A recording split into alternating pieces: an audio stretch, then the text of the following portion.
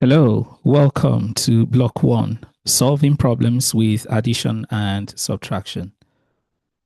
Lesson 9. I'll share my screen.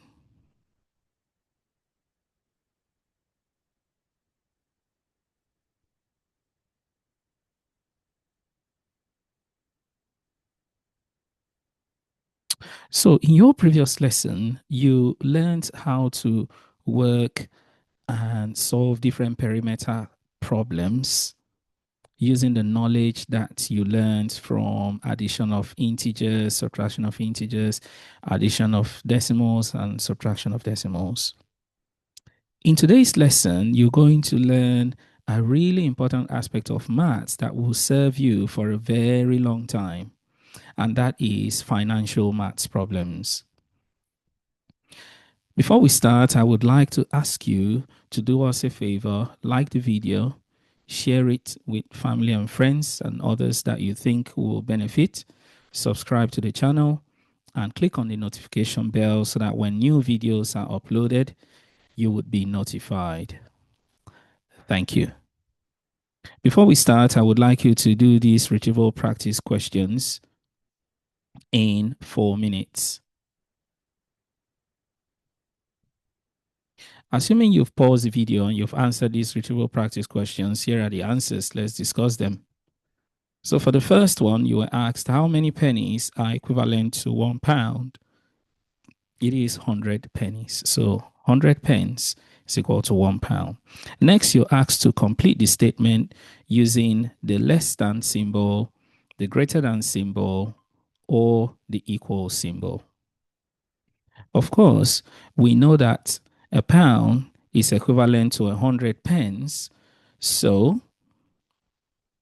£8.70 is equivalent to 870 pence. And then when you compare that to 8,700 pence, you definitely have to use that symbol. So 8,700 pence is greater than £8.70.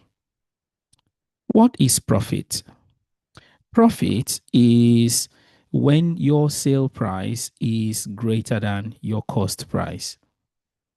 So we're going to see a bit more about using the word profit in this lesson. But for now, I want you to know that profit means your sale price is greater than your cost price. And what is the opposite of profit? The opposite of profit is loss. It means your sale price is less than your cost price. I wouldn't want to do a business like that, would you? All right, let's do some new learning for this lesson. Here you asked how many pence are there in £1? Of course, you know it's 100 pence. So we're looking again at the first example we did for this lesson because there are some things that we begin to notice about what we actually do. Which math operation do we actually do when we convert pounds to pence? And which math operation do we actually do when we convert pence to pounds? So we know that £1 is equivalent to 100 pence. Therefore, £2 is equivalent to or is equal to 200 pence. Now, what about £1.50? We say, well, it's halfway between 100 pence and 200 pence. So it has to be 150 pence. But have you noticed something? Well, what I've noticed, and I'm sure you have, is that to convert from pounds to pence, you multiply whatever you're trying to convert, whatever value you're trying to convert by 100. And then to convert pence to pounds, you divide the pence by 100. So, for example, if we wanted to convert 150 pence to pounds, we simply divide 150 pence by 100, and that will give us £1.50.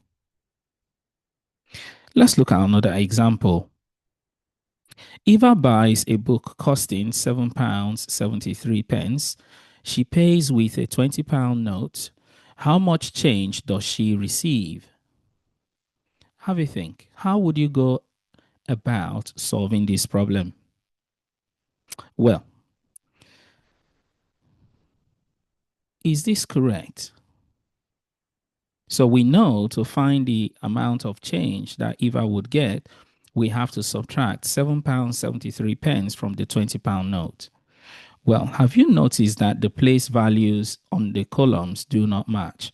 So remember, in our previous lessons, we learned that the place values have to be in the correct place. So this is what we should have written. So now when we work this out, our answer will be £12.27. We could also have worked it out this way by converting the pounds to 2,000, because remember, £1 is equal to 100 pence. So £20 will have to be 2,000. So you times by 100, remember? If you times this by 100 to convert to pence, that would be 773. So in pence, your answer is 1,227 pence. Let's look at another example. This time we're looking at an example, something similar to an example that we did in the retrieval practice question. So Rosie buys a pack of 5 teapots for £15. So we're looking at the concept of profit again. So she sells all of them for £7 each. How much profit does Rosie make? Well, there are two different ways we can do this.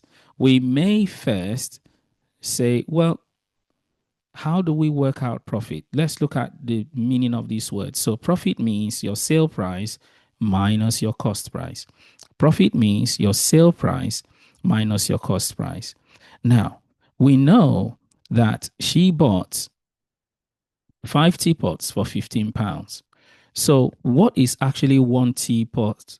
What is the cost of one teapot? To work that out, we're going to have to do 15 divided by 5, which is £3. So one teapot costs £3.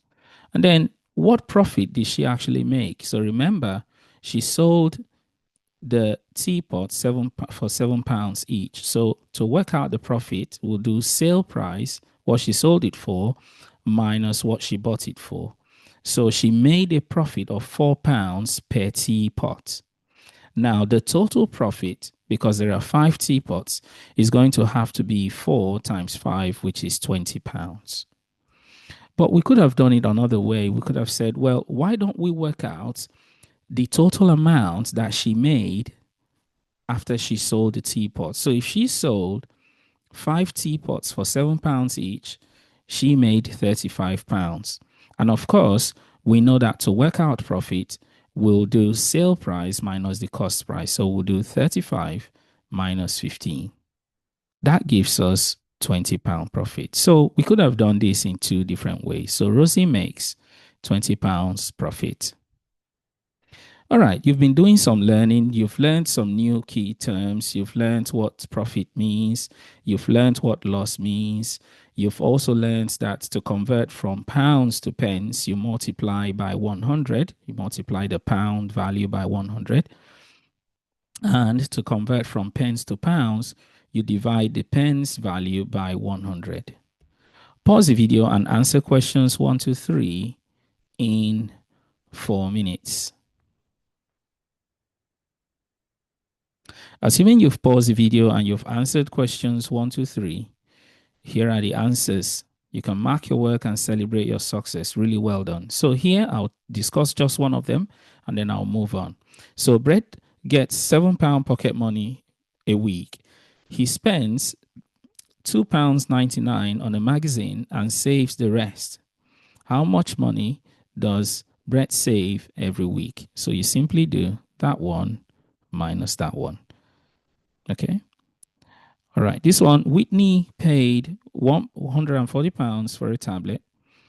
She sold the tablet 2 weeks later, making a loss of £65. How much did she sell the tablet for?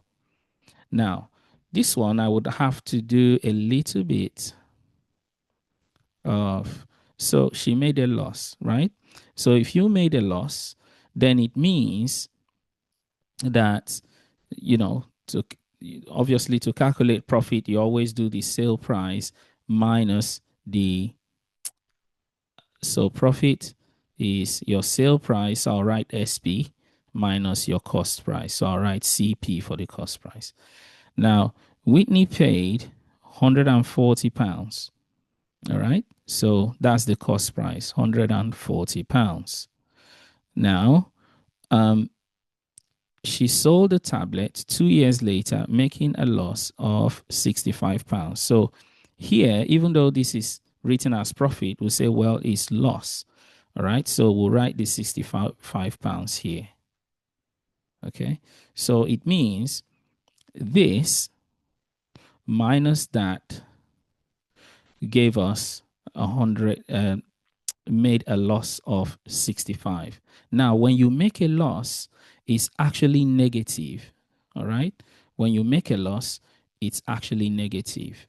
So the way to find out what the sale price was is we will now do, remember when we did our function machine, to get what the sale price is, we'll do 140. Remember, to you're going that way, you're looking for this one, so you do the inverse operation of whatever this is. So it's going to be plus negative 65 plus 140. So it's a bit like saying 140, because the 140 is on this side now, minus 65. Or another way of looking at it, because it's a function machine, you're going inverse, you're trying to find out what this is, you're moving this that way. So it's a bit like saying negative 65 plus 140. And that's how we got 75 pence.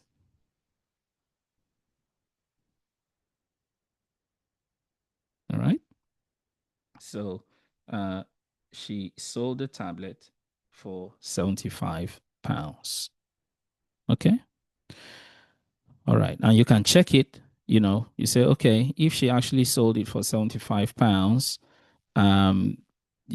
let's do 140 minus 75. You see that you get 65. Okay.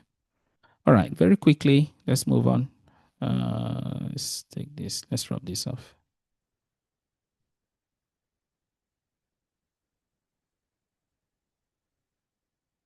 Then question 3, right? Okay. So here, let's get a pen. So here, Dan buys a pack of 10 badges for £3.75. She sells all the badges to her friends for 50p each. All right. How much profit does Danny make? So first you say, okay, if she sold each for 50p and she had 10, then it means she would have, her wholesale price is £5. Now, when you look at £5, you say, okay, let's work out the profit. You have to do £5, which is the sale price, minus the cost price. And then you see the answer is £1.25. I should be sharing my screen. Why is it done that? Didn't mean to stop sharing.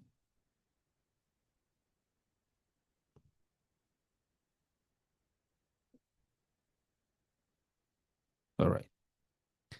Let's move on.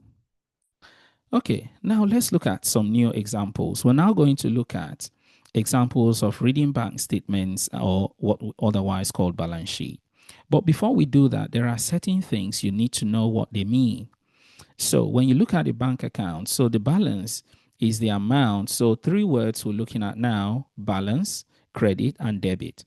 Balance is the amount of money in the bank account. Balance is the amount of money that is actually in the bank account. The credit is when money is paid into the bank account. Okay? When money is paid into the bank account, that's credit. And then the debit is when money is paid out of the bank account. Just a minute. I just want to make sure that this is okay.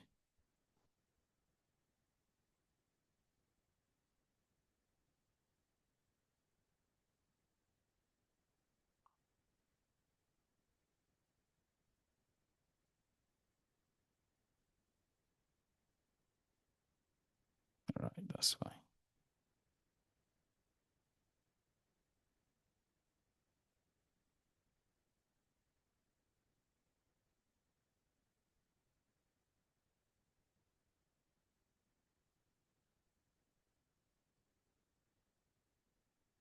Just a minute.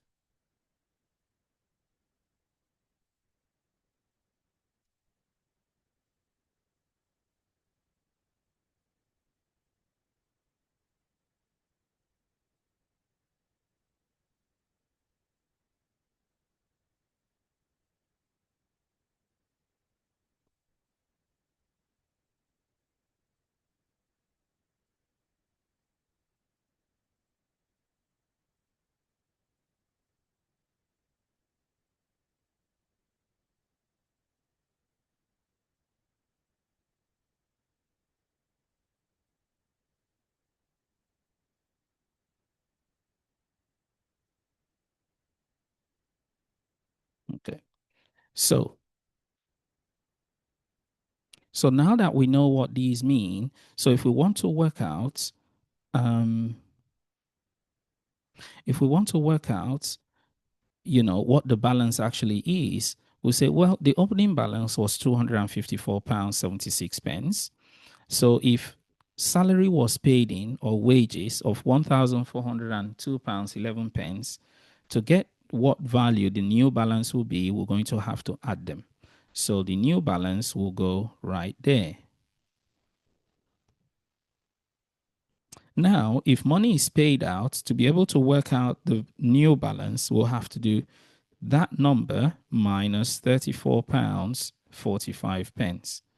And that will give us the new balance of £1,622.42. Okay. Now, Mr. Na had a balance of £354.83 on one row of his bank statement. So this is now given to us as a word problem. So we need to think, about the solution. Okay. It's not given to us as a table. The balance on the next row was £215.21. Have you noticed anything? Well, I noticed quickly that the amount has dropped. So do you think a debit would have taken place or a credit? Now, look at the question. You're being asked, did this row show a credit or a debit? And then next, what was the value of the credit or debit? So I quickly spot that the value has decreased. That is, the amount has decreased. Let me use the word amount. So it means it was a debit. So Mr. Na's balance has decreased. So the next row must have been a debit. Now, to work out the actual amount of the debit, we'll do £354.83 minus £215.21, which will give us £139.62. Okay, so it was a debit. All right, it's now time for you to practice your questions. So pause the video and answer question 4. All right.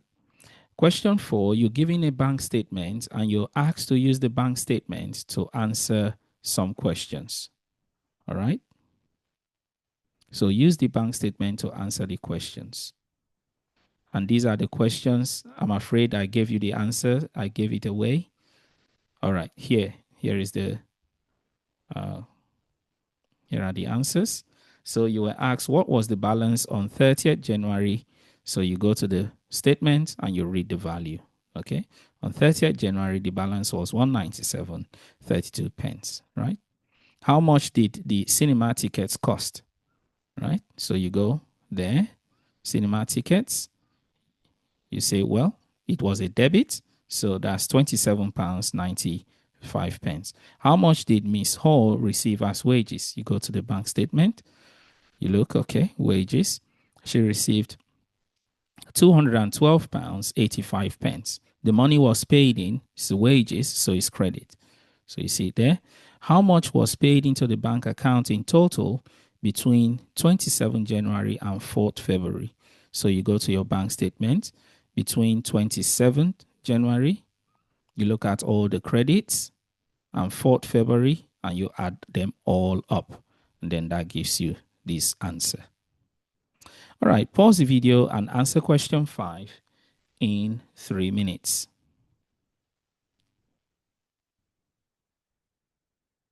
Okay, assuming you've paused the video and you've answered question 5, here are the answers. All right, so you were asked, what was the balance after paying the electricity bill? So to be able to work that out, you have to do 800 minus or subtract £145.89. Next, how much did Mr. Smith receive as wages? You go to the bank statement and you look at the value. You say, okay, if this balance is what is remaining after receiving wages, so you're going to have to, say, okay, this money was there, which we already have worked out here, before £850 was paid in. So to get this value, what was paid in, we have to do this £1,504.11 minus £654.11.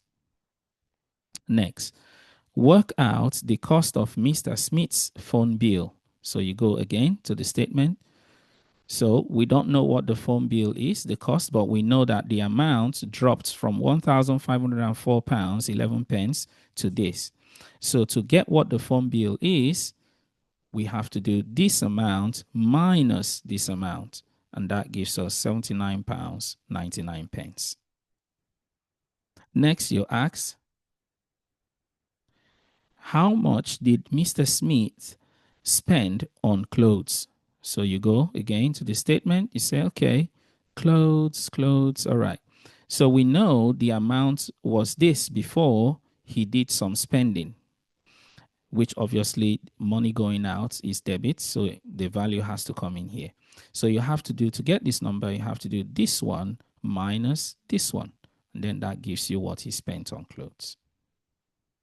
All right, pause the video and answer questions 6 and 7 in 4 minutes. Assuming you've paused the video and you've answered questions 6 and 7, here are the answers. So Tommy buys a sandwich for £2.49 and a drink for 79 pence. All right. How much do the sandwich and drink cost in total? So again, you add this and that one. So you can see that doing decimal addition is now becoming useful. The skill you learned in your previous lesson is becoming useful here. And then Tommy pays for the drink and sandwich with a £10 note. You ask how much change did he get. You have to do £10 minus £3.28. Then next, Mrs. Dean has £350 in the current account and £960 in her savings account. She wants to book a holiday that costs £1,580. How much more money does she need? Okay, so for this one, you have to add these up, what she has in her current account and her savings account. Then you have to subtract that value, that amount from £1,580, which she needs to spend. And then whatever is left is the amount of money that she needs a lot more of to be able to go for her holiday. Pause the video and answer question 8 in 2 minutes. All right, assuming you've paused the video and you've answered question 8, here are the answers. So here you ask, Philip is planning a holiday to France. The flights will cost €341, 341 euro 46, I think euros is cents. The hotel will cost €428 and then 19 cents. Philip will need €180 spending money. Philip's grandmother gives him €250 towards the cost of the holiday. How much more money does Philip need to pay for the holiday? So first, we need to add up all the costs. Then we need to subtract this value, this amount from all that we've added up. Whatever is left is what Philip needs to work out to find, or to ask, a family member, or somehow get from his savings to go for his holiday. All right, that brings us to the end of our lesson. What we've learned so far is, number one, you've learned how to do financial maths by knowing how to convert from pounds to pence. To convert from pounds to pence, you multiply the pound amount by 100. To convert from pence to pounds, you convert the pence amount, you divide the pence amount by 100. We've also learned that to work out profit, you do selling price minus the cost price. Now, when you are at a loss, the way you would know if you use that formula or that equation to work out profit, your answer will be a negative. That's how you know, oh, okay, I've just worked out a loss, not a profit. So, for example, if you buy something for £5 and you sell that thing for, if you buy something for £5 and you sell that thing for £3, if we use that equation, we know that to work out profit, we'll do sale price minus cost price. So our cost price was £5. Our sale price was £3. So if we do 3 minus 5, we'll see that we'll get a negative answer. So don't be surprised. You're thinking, oh, but that's how we're supposed to find, the sale price. But the profit. Why am I getting a negative answer?